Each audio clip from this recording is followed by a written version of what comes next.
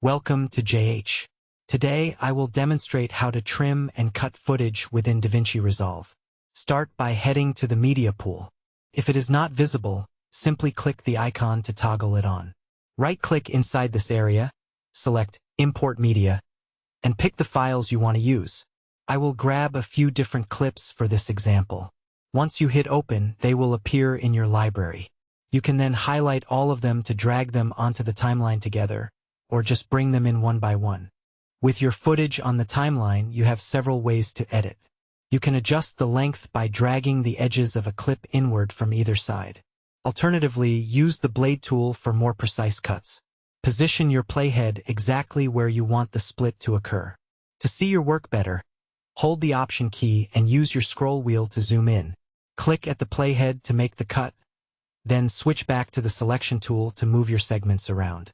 You can perform as many cuts as necessary throughout your project. Just keep clicking the areas you want to divide, then use the arrow cursor to rearrange the pieces as you see fit. That is how easily you can manage clips in DaVinci Resolve.